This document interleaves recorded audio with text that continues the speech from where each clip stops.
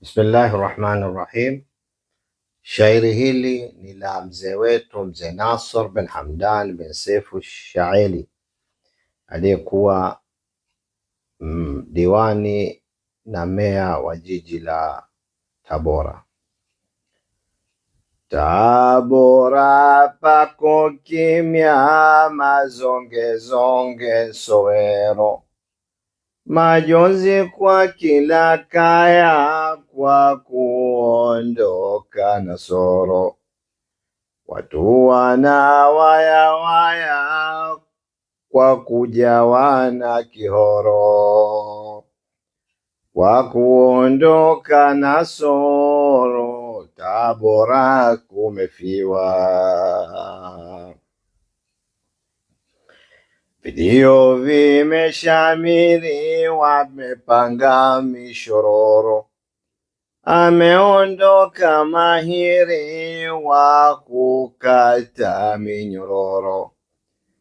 Ni ya Tabora fahari, asiyojua mtoro. Kwa kuondoka Nasoro, Tabora kumefiwa. Nasoro wa Hamdani wa Tabora si katoro, katwachia mtihani twaona kama uchuro. Hasa penye udiwani umeanaka tikiro.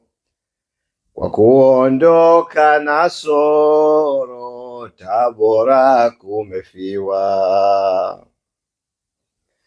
Tabora kumefiwa, mitaa na vichochoro.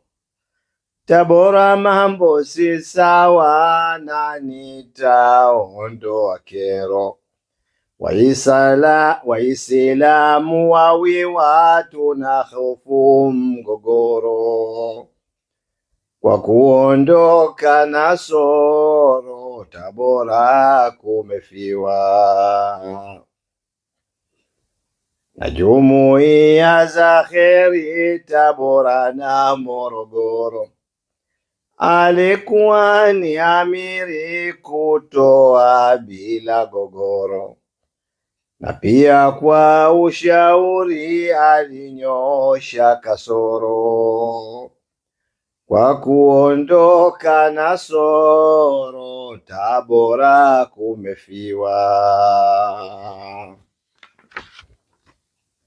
CCM aliliwa kwa kazi yake nyororo. Umea alipokuwa, uzembe likuwa zero. Wa Urambo na Kaliwa wanalia Wapogoro.